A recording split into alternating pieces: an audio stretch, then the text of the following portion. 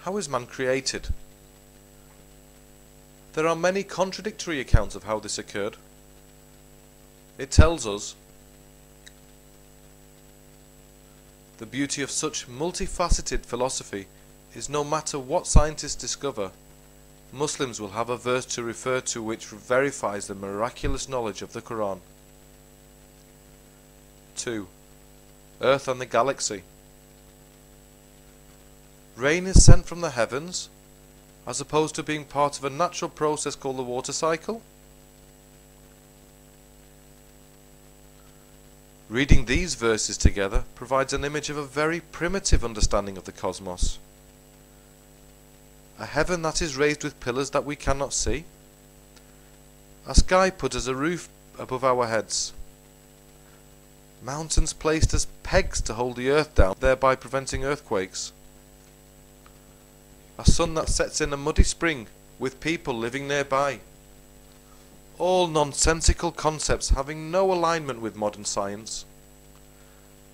There is no description of a great explosion and the formation of solar systems with orbiting planets around centric stars. No black holes, no corona, no ionosphere or quasars, but a heaven on invisible pillars.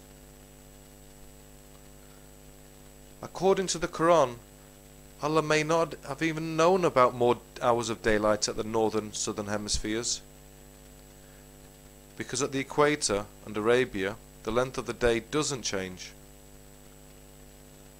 What were Eskimos at the pole supposed to do during the month of Ramadan, where the sun rises and then sets after 6 months? Starve to death? Or did the writer simply not know? 3. Human reproduction. This quote from Sayyidith requires no further elaboration.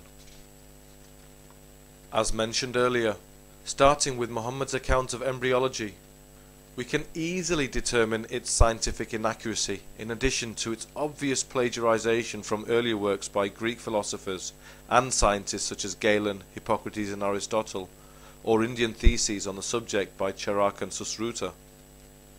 The account that follows shows the same 4 stages of the embryo are described by the Greek physician Galen, writing around 150 CE. It should also be noted that one of Muhammad's companions, Harith ben Kalada, studied at the school of Jandi Shahpur in Persia and would have been well acquainted with the teachings of Aristotle, Hippocrates and Galen. Nutfa here, semen, is mentioned in verse 86.6 and is the fluid issued from between the loins and ribs, not, as we know today, from the testes. This reflects the mistaken view of Hippocrates still prevalent at the time of Muhammad. Nowhere in this description, nor the Quran, is the female's egg mentioned.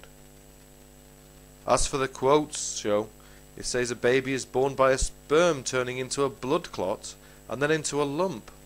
Out of the lump bones are formed, and then on the bones flesh is placed. In fact, organs and flesh are the first that begin cellular division and formation. Later, as the child grows, bone structures begin to develop along with organs and flesh.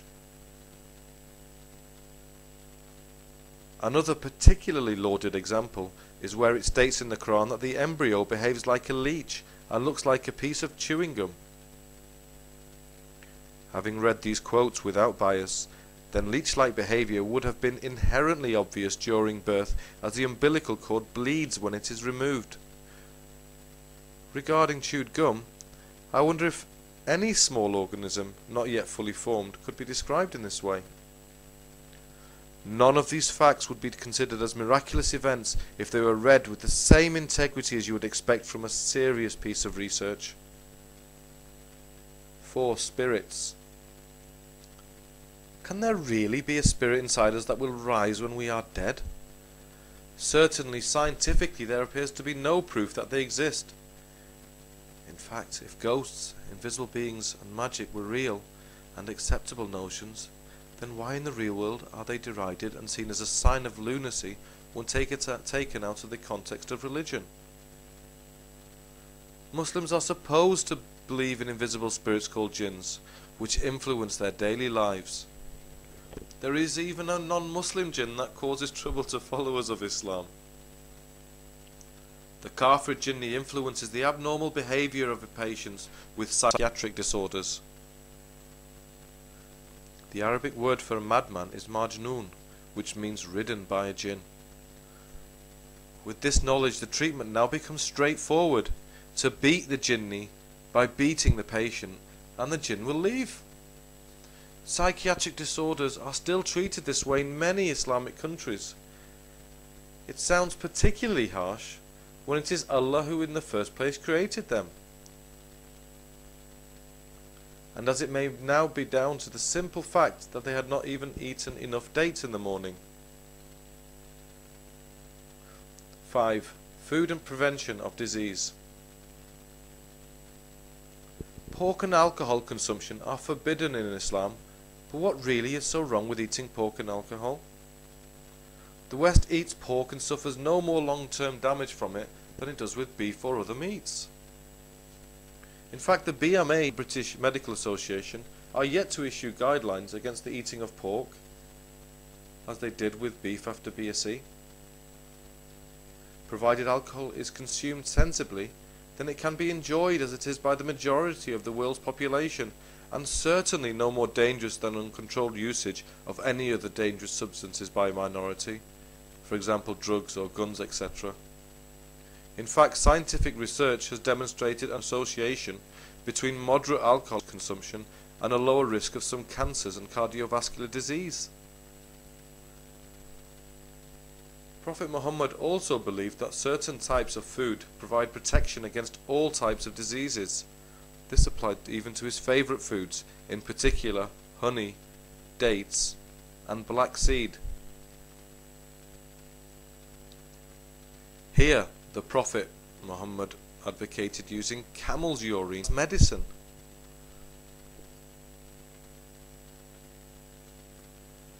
The Quran has mentioned vegetables and fruits as well, but strangely enough, the fruits mentioned for medicine and food were the only ones available in Arabia at the time. No exotic passion fruits, kiwi, or pineapples available in heaven. Only 14th century Arab fruits. This erroneous discovery of the healing property of flies' wings is described in the Hadith, but sadly it fails to specify which one of the flies' wings to eat for the miracle cure from the disease. I am sure many scholars could find ways to justify these clauses, as I am sure I could if I felt obligated to try. But would it be justification for justification's sake? However, it remains to be said that if the book was not a conspiracy or vision created by the need of rulers or individuals to find order and peace in an otherwise unruly and uncivilized society of the time, but actually written with divine knowledge and really was a book of God, then such oddities and inconsistencies surely would just not arise.